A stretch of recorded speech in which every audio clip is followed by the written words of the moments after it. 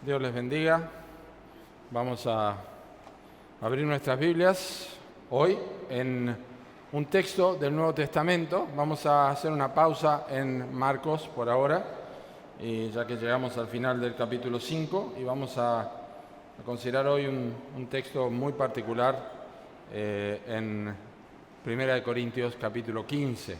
Primera de Corintios capítulo 15, como he compartido, el título de nuestro sermón hoy es el mayor aliento de la esperanza más grande. Estamos compartiendo estas mismas verdades en la iglesia en Villa Regina y también queremos hacerlo aquí en General Roca. El mayor aliento de la esperanza más grande. Vamos a leer el texto, lo vamos a leer 2 veces ya que es cortito y vamos a aplicarlo a nuestras vidas. Así que, hermanos míos amados, estad firmes y constantes, creciendo en la obra del Señor siempre, sabiendo que vuestro trabajo en el Señor no es en vano.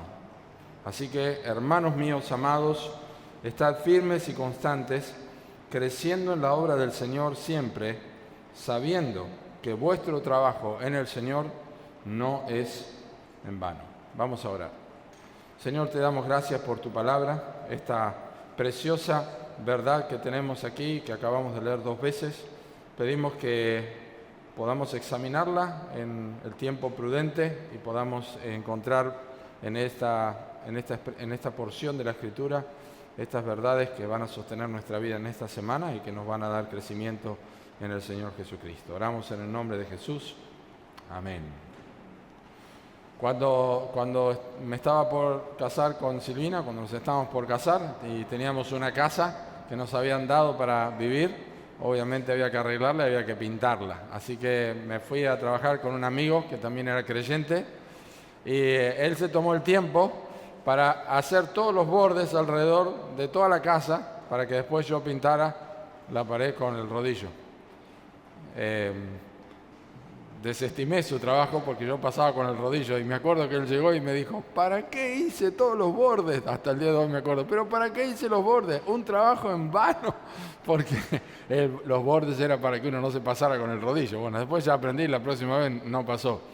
Pero es frustrante cuando alguien ha hecho un trabajo tan extenso y alguien viene y después lo echa a perder todo. Bueno, la verdad es que el apóstol Pablo estaba viendo que los corintios, la iglesia en Corinto, estaba viviendo de tal forma que inclusive algunas verdades teológicas, como la que vamos a considerar ahora, que tiene que ver con la resurrección, donde está este texto, pareciera que no tenía sentido y por lo tanto la vida de ellos no tenía sentido alguno. El capítulo 15 de 1 Corintios comienza y termina con un término clave, es el término vano. Vuestro trabajo en el Señor no es en vano, y al inicio de la carta dice, del capítulo 15, además os declaro, hermanos, el evangelio que os he predicado, el cual también recibisteis, en el cual también perseveráis, por el cual asimismo, si retenéis la palabra que os he predicado, sois salvos, si no creísteis en vano. Así que al principio de la carta lo usa de una forma básicamente un aspecto negativo, o sea, si ustedes no creyeron, esto es en vano. Y al final del capítulo lo utiliza de una forma positiva, destacando los resultados de la resurrección, de lo que se ha vivido aplicando el Evangelio. Entre los dos extremos, entre las dos, versículo 2 y versículo 15, y versículo 58, el apóstol Pablo desarrolla la doctrina, la teología o la doctrina, la enseñanza de la resurrección, que es una enseñanza clave para la vida cristiana. Y justamente en el versículo 14 utiliza la palabra vanidad 2 veces, hablando de el hecho de que si la resurrección no existiera, leamos bien lo que dice Pablo, si Cristo no resucitó, versículo 13 mejor, pero porque si no hay resurrección de muertos, tampoco Cristo resucitó, y si Cristo no resucitó, vana es entonces vuestra predicación, vana es también vuestra fe. Básicamente Pablo está diciendo que si la resurrección no fuera una realidad, entonces predicar el Evangelio no tiene sentido y la fe que nosotros profesamos no tiene sentido, y como compartí esta mañana, nosotros acá en esta hora estamos perdiendo el tiempo y todos los domingos estamos perdiendo el tiempo y todos los días estamos perdiendo el tiempo cuando leemos la Biblia, cuando cuando batallamos contra el pecado y resistimos la tentación y oramos a Dios por los alimentos, porque si la resurrección no existe, no es verdad, no tiene sentido nada de lo que nosotros estamos haciendo. Gracias a Dios, Pablo continúa el proceso de la enseñanza en el capítulo 15 y llega a describir la esperanza más grande, porque queremos ver cuál es esta esperanza grande que nos da un mayor aliento en nuestra vida. ¿Cuál es la esperanza más grande que tenemos? Bueno, por supuesto, la resurrección de Cristo de entre los muertos. Y este, de hecho, es el capítulo más largo que el apóstol Pablo ha escrito. Él no escribió por capítulos, por supuesto, pero nosotros tenemos capítulos con versículos. Y este es el capítulo más largo de todas las cartas del apóstol Pablo, 58 versículos. Y en este capítulo más largo, se encuentran las dos preguntas que han sido respondidas y que el ser humano ha esperado que se respondan. Versículo 55. ¿Dónde está, oh muerte, tu aguijón? ¿Dónde, oh sepulcro, tu victoria? Es una pregunta retórica, básicamente tiene una respuesta que se observa allí, porque luego dice el versículo 56, ya que el aguijón de la muerte es el pecado y el poder del pecado la muerte. Muerte y sepulcro. Muerte y sepulcro son dos palabras que ocasionan terror al ser humano. La Biblia dice que los seres humanos durante toda la vida están sujetos a servidumbre por temor a la muerte, por temor a morir. Y la gente habla de todo lo que quiere que hagan cuando se muera, que no lo entierren, que lo quemen, que lo tiren al fondo del mar, que lo hagan desaparecer, pero menos meterlo en un cajón. La gente le tiene terror a la muerte. Así que Pablo hace esta pregunta: ¿dónde está, oh muerte, tu aguijón? ¿Dónde, sepulcro, tu victoria? Y entonces el versículo 56 explica por qué la muerte es real por causa del pecado y por qué el pecado se hace evidente por causa de la palabra de Dios, por la ley.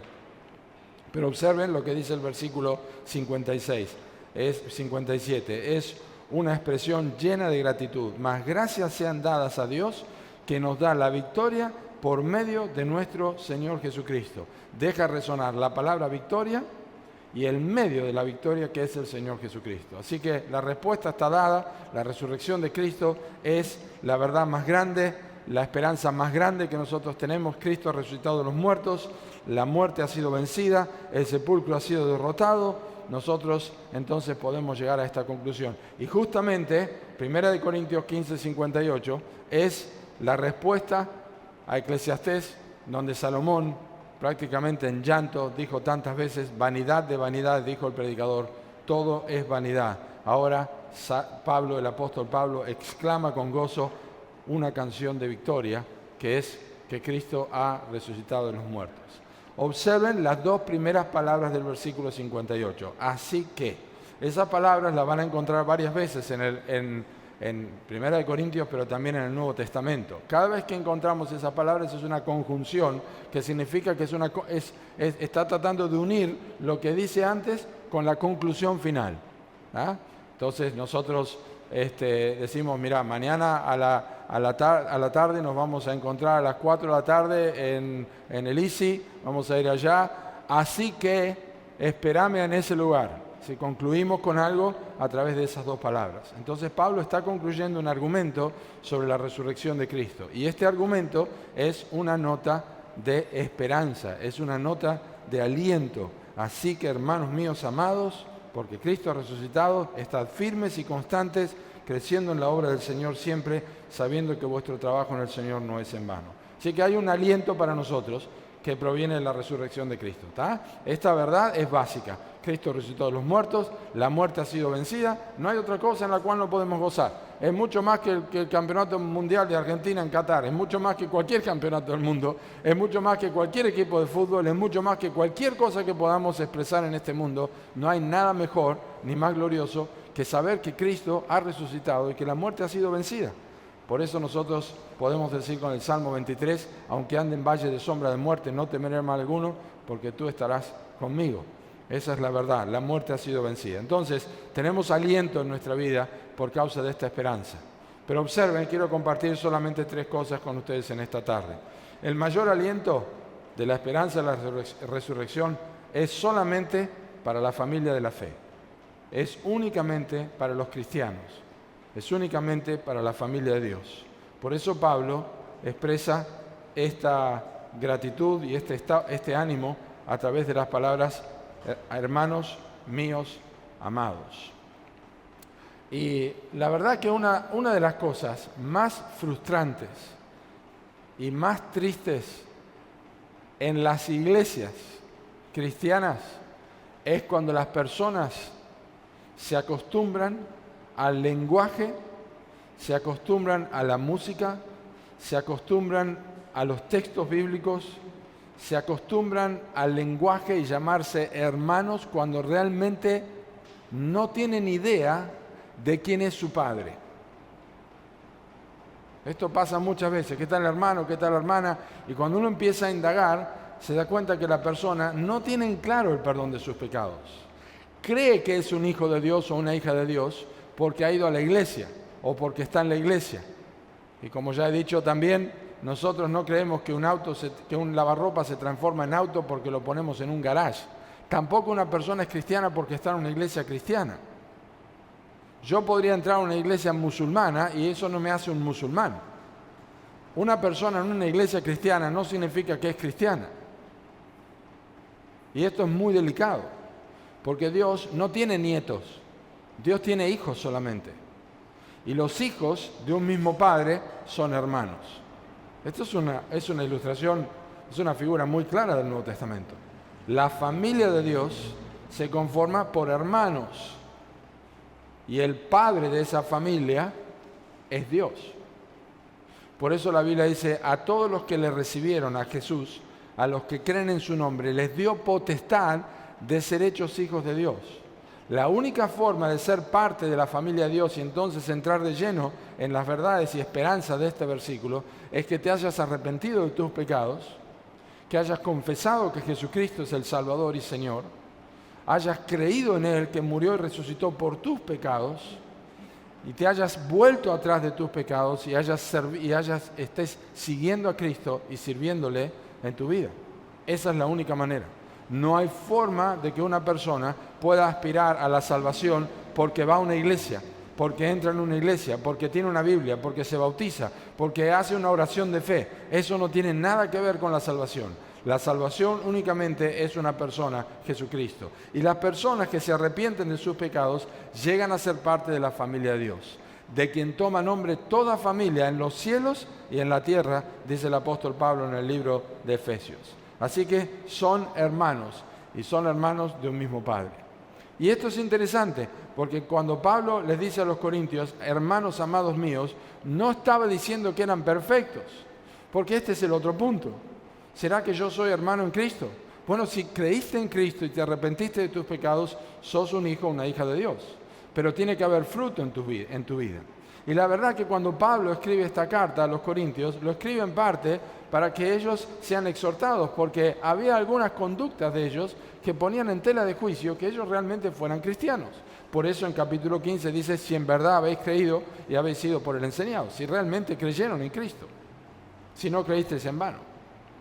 Bueno, la realidad es que los corintios tenían problemas morales muy serios, tenían problemas teológicos muy serios, tenían problemas entre ellos muy serios, tenían luchas entre ellos e iban a tribunales incrédulos, seculares, y se gritaban unos a otros cuando realmente estaban en la iglesia. Se juntaban a tomar la cena del Señor y se emborrachaban algunos de ellos y no esperaban a otros para comer. Tenían problemas serios, tenían problemas matrimoniales, tenían problemas para entender la soltería. Tenían muchísimos problemas los corintios y no entendían lo que era la cena del Señor. Pero cuando llegamos al capítulo 15, Pablo los llama hermanos míos. No solamente hermanos míos, los llama hermanos míos amados. Y ese es un término importante también. Esta esperanza que tenemos aquí está escrita a personas que son hermanos y que deben ser amados. Los corintios debían amarse unos a otros, como los cristianos debemos amarnos unos a otros, a pesar de las diferencias, porque tenemos diferencias, como los hermanos carnales tienen diferencias, y como en una familia donde hay más hermanos, más de 2 hermanos, a veces hay más afinidad entre unos y otros, también esto ocurre en la vida cristiana, en la iglesia. Pero no significa que no son hermanos, no significa que se traten mal, no significa que no manejen las diferencias. Si vamos a vivir con esta esperanza, tenemos que recordar que no todos somos iguales, pero que eso no significa que no seamos hijos de un mismo Padre. Por eso el amor cristiano no se vive por emociones, se vive por una obediencia a la palabra de Dios. Es un acto de la voluntad, es un acto de la obediencia, de la voluntad y no de las emociones.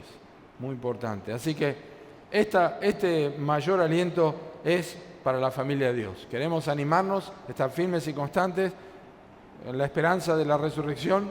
Bueno, primero tenemos que ser parte de la familia de Dios. La Biblia dice, si confesares con tu boca que Jesús es el Señor y creyeres en tu corazón que Dios le levantó de los muertos, serás salvo. De lo contrario, no es así. El libro de los Hechos es un libro que relata el testimonio de los apóstoles que daban testimonio de la resurrección de Cristo y dijeron, no podemos dejar de decir lo que hemos visto y oído. El apóstol Juan, en 1 Juan dice, lo que hemos visto y oído, eso os anunciamos, para que también vosotros tengáis comunión con nosotros. Bien, pero este mayor aliento también requiere una doble exhortación. Observen la doble exhortación. Estad firmes y constantes, creciendo en la obra del Señor siempre. Hay una exhortación que le decimos que es una exhortación negativa, no porque sea mala, sino porque nos zamarrea un poco, nos llama la atención, y es el hecho de estar firmes y constantes. La idea de estas dos palabras, estar firmes y constantes, cuando Pablo les dice, está diciéndoles que por causa de la resurrección de Cristo, porque es una verdad objetiva, es algo comprobable, tienen que tener una convicción interna, tiene que ser algo interno que les lleva a expresar su vida cristiana en la vida exterior de una forma concreta, una forma que se observa. ¿De qué forma se observa? Estando firmes. La firmeza de la que Pablo habla aquí es la idea de alguien que está sentado en un lugar, que no va cambiándose de un lado a otro. Y la Biblia dice que nosotros no tenemos que ser movidos fácilmente en nuestra manera de pensar. Por ejemplo, cuando Pablo le escribe a los tesalonicenses, en la segunda carta, les escribe para que ellos, en cuanto a la venida del Señor Jesucristo, la enseñanza de la venida de Jesucristo, ellos no sean movidos fácilmente de su manera de pensar. No importa quién les escribiera, no importa quién les dijera algo, Pablo les dice, ustedes estén firmes, no sean movidos fácilmente. Ahora, si Cristo no fuera a venir, entonces nosotros podríamos estar con poca convicción, podríamos estar con inseguridad. Pero cuando Cristo ascendió a los cielos, ellos estaban mirando, los apóstoles allí, y un ángel apareció y les dijo, varones Galileos, ¿por qué estáis mirando al cielo? ¿Ven ese Jesús que está siendo tomado? Es el mismo que va a volver. Ellos vieron eso, ellos lo observaron y porque ellos escucharon eso y lo observaron, ahora se estaban predicando con firmeza. Y Pablo les escribe a ellos también, ustedes tienen que estar firmes en cuanto a la resurrección. Estar firme. En otra oportunidad Pablo usó la palabra firmeza en capítulo 10 de 1 Corintios, versículo 12, pero la palabra allí, el que piensa estar firme, mire que no caiga, es la palabra que significa el que piensa estar bien parado, tenga cuidado de no caerse. Y está en relación a un concepto de idolatría. Bueno, aquí es otra cosa, aquí habla de estar sentado. Y las convicciones bíblicas son importantes. Las convicciones bíblicas son las verdades que sostienen nuestro andar cristiano. Nosotros evitamos la fornicación, evitamos el adulterio, no porque simplemente sea un problema moral, sino porque la Biblia dice que eso desagrada a Dios. Nosotros queremos vivir en santidad y queremos vivir en transparencia y en honestidad, no sin pecar porque es imposible. La Biblia dice el que dice que no tiene pecado hace a Dios mentiroso, pero queremos vivir una vida de santidad, apartándonos del pecado, no porque venimos a la iglesia, sino porque creemos que Dios es digno que nosotros andemos de esa forma, porque Cristo llevó nuestro pecado en la cruz. Es una convicción que tenemos. No es una serie de principios que nos dan en la iglesia y que alguien nos va a descubrir si estamos haciendo algo. Es una convicción, es una certeza, es algo que nosotros vivimos. Son verdades objetivas, porque la Biblia lo enseña y creemos que es la palabra de Dios. Entonces no es asunto de emociones, es un asunto de convicción. Como este joven del Antiguo Testamento, Daniel, que propuso en su corazón no contaminarse, y que no tuvo problemas de ir al foso de los leones o sus amigos a ser quemados antes que negar las verdades que ellos creían, porque estaban absolutamente seguros. Y nosotros también, Pablo dice, tenemos que estar firmes, tenemos que tener esta convicción y también tenemos que estar constantes. La idea de constancia no es solamente la idea de estar sentado, es la idea de algo que no se puede mover, como una columna en un lugar. No se puede mover. Allí hay una columna y está inamovible, no se puede quitar de ahí. Esa es la idea.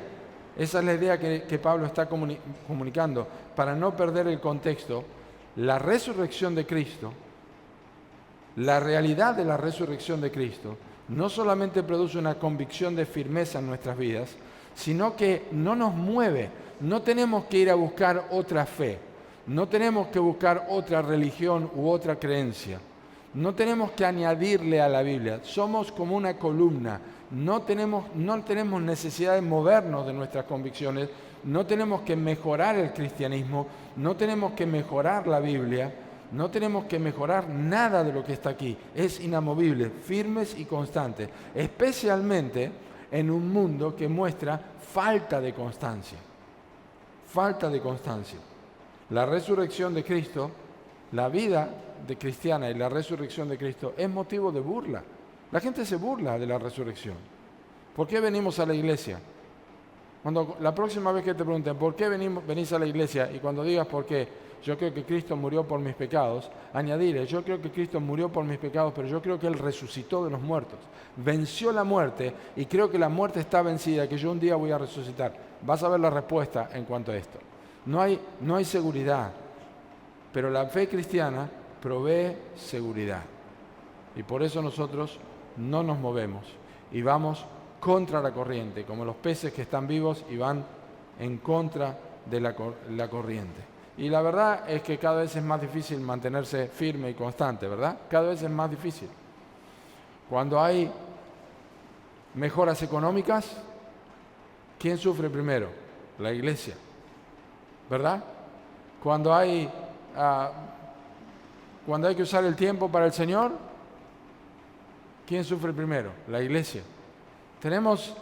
Es difícil mantenerse firme con todo lo que nos ofrece el mundo, con todo lo que nos ofrece la sociedad. Pero también, observen, hay otra parte de esta exhortación. No solamente estar firmes y constantes, sino una parte de la exhortación que es proactiva. No solamente a quedarse quietos, sino a moverse. Pero a moverse, dice, creciendo en la obra del Señor. Creciendo en la obra del Señor. ¿Qué es la obra del Señor?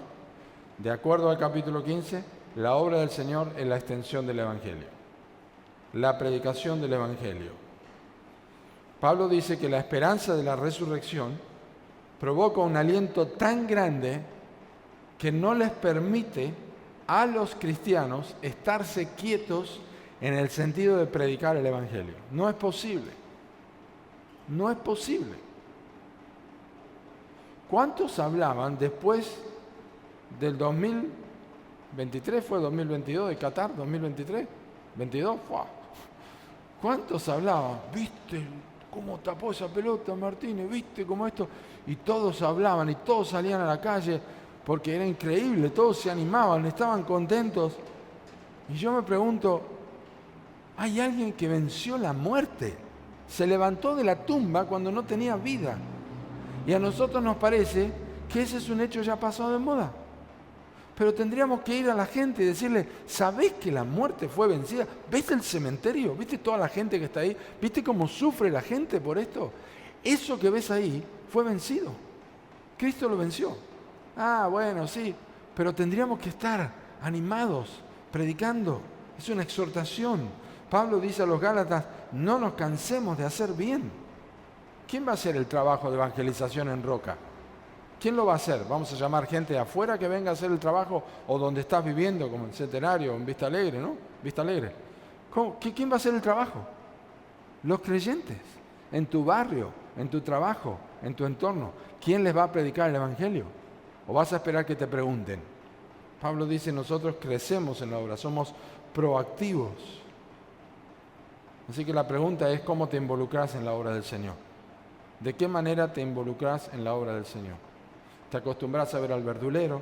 te acostumbras a ver al almacenero, te acostumbras a ver a tu vecino, te acostumbras a ver a tu compañero de trabajo, tenés charlas triviales y después se hace cada vez más difícil hablarle del Evangelio. Pero Cristo resucitó y es una exhortación doble de que nosotros estemos firmes y constantes, pero también crezcamos en la obra del Señor.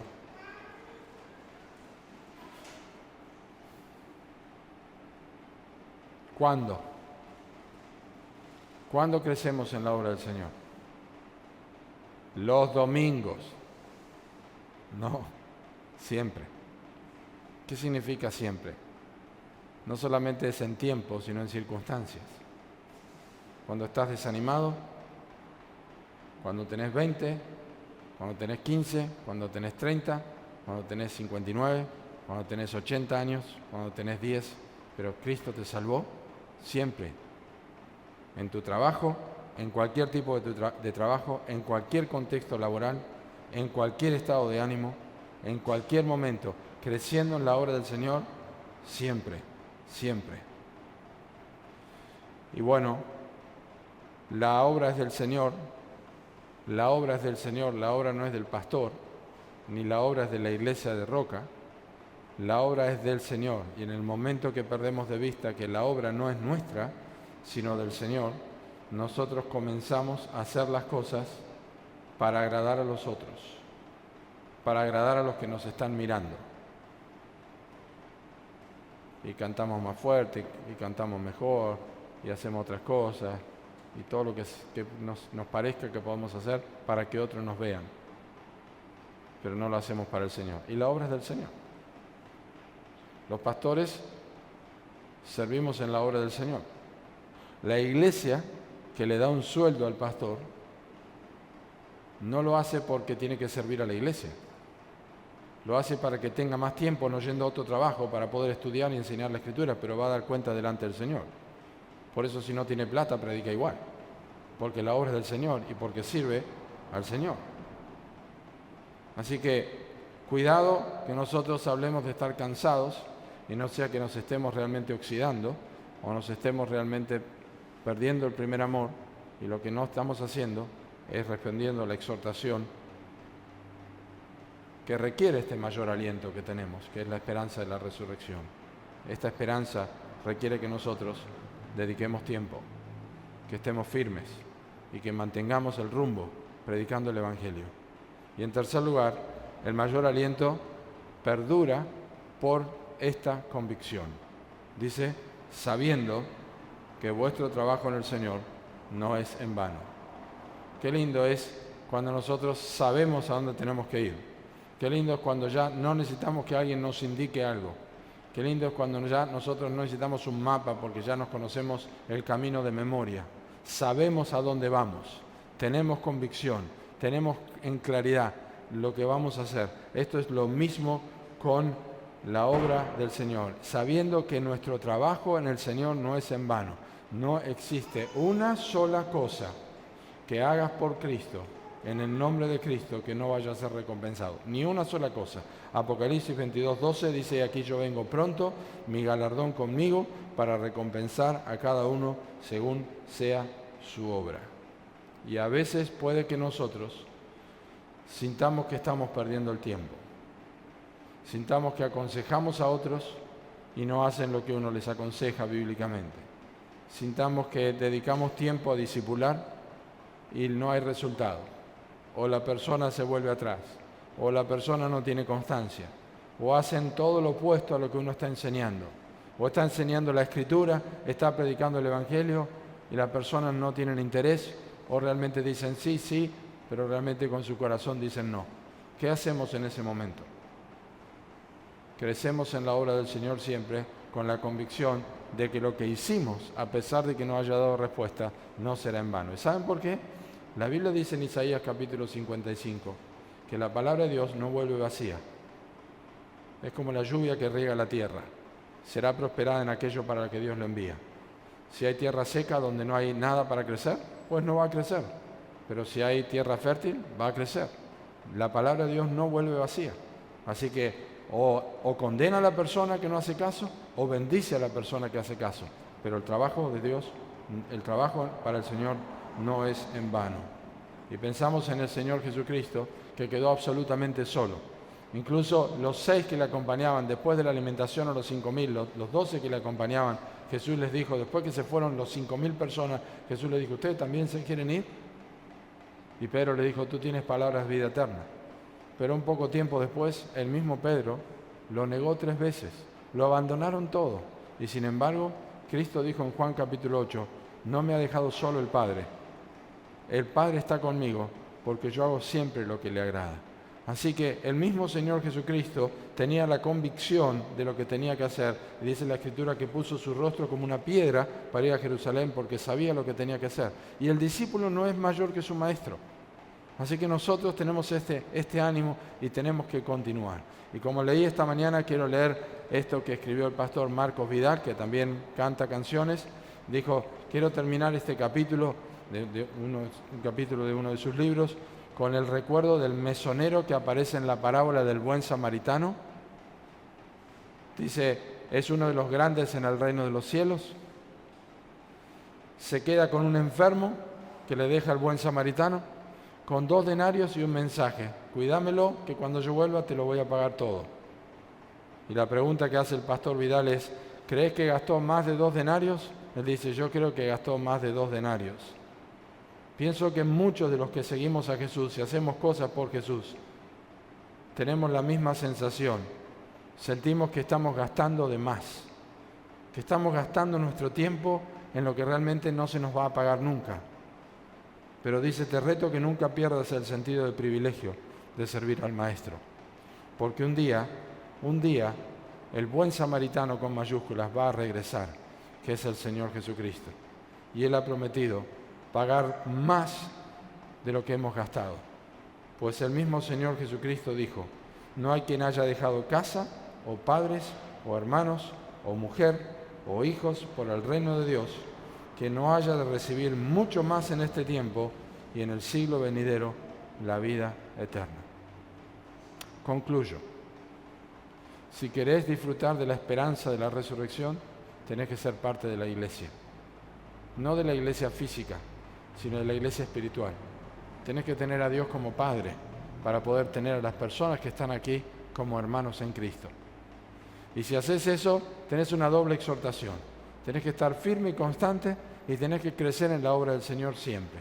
Y entonces, por propia convicción, nada de lo que hagas en tu vida y nada de lo que ocurra aquí en Roca, sea con 2 personas, sea con 5 o sean 50, nada es en vano. Dios está en control. Así que, hermanos de la iglesia de Roca, crezcamos en la obra del Señor siempre. No es en vano nada de lo que hacemos. Y este momento que estamos celebrando aquí es precioso a los ojos de Dios. Con calor, con tiempo ocupado, con cansancio, pero es para la gloria del Señor. Y Él lo va a recompensar. No lo hacemos por la recompensa, lo hacemos porque la muerte ha sido vencida. Lo hacemos porque Cristo resucitó. Y no hay noticia más grande que esta. Así que por eso seguimos sirviendo a un Salvador resucitado. Vamos a orar. Señor, te damos gracias por tu palabra. Te agradecemos, Señor, por la verdad que hemos escuchado. Te agradecemos porque podemos estar firmes y constantes y porque podemos seguir creciendo en la obra del Señor siempre. Y no es en vano en absoluto lo que estamos haciendo. Gracias porque Cristo va a volver y cuando Él vuelva recompensará a cada uno según su obra. Lo pedimos en el nombre del Señor Jesucristo. Amén.